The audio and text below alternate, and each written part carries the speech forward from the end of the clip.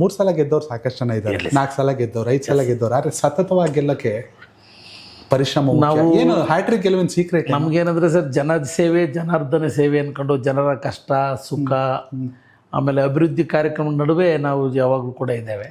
ನಾವು ಚುನಾವಣೆಗಳು ಬಂದಾಗ ಮಾತ್ರ ಗ್ರಾಮಗಳಿಗೆ ವಿಸಿಟ್ ಮಾಡಲ್ಲ.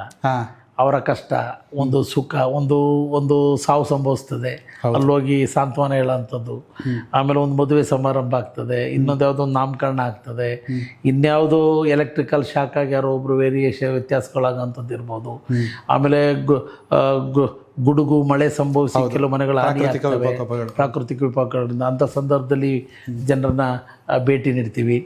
ಜೊತೆಗೆ ನಮ್ಮ ಮನೆ ಹತ್ರ ಬಂದಂಥ ಸಂದರ್ಭದಲ್ಲಿ, ದೂರವಾಣಿ ಮಾಡಿದಂಥ ಸಂದರ್ಭದಲ್ಲಿ ನಾವು ಸಾಮಾನ್ಯವಾಗಿ ಎಷ್ಟೇ ಕರೆಗಳು ಬಂದರೂ ಕೂಡ ಸ್ವೀಕರಿಸ್ತೀವಿ. ಕೆಲಸ ಟೈಮು ಬ್ಯುಸಿ ಇದ್ದರೆ ಆಮೇಲೆ ಲೇಟರ್ ಅವ್ರಿಗೆ ಪುನಃ ವಾಪಸ್ ಕರೆ ಮಾಡಿ ಏನು ಫೋನ್ ಮಾಡಿದ್ವಿ ಅಂತ ಕೇಳಿ ಅವ್ರ ಸಮಸ್ಯೆಗಳಿಗೆ ಸ್ಪಂದಿಸ್ತೀವಿ.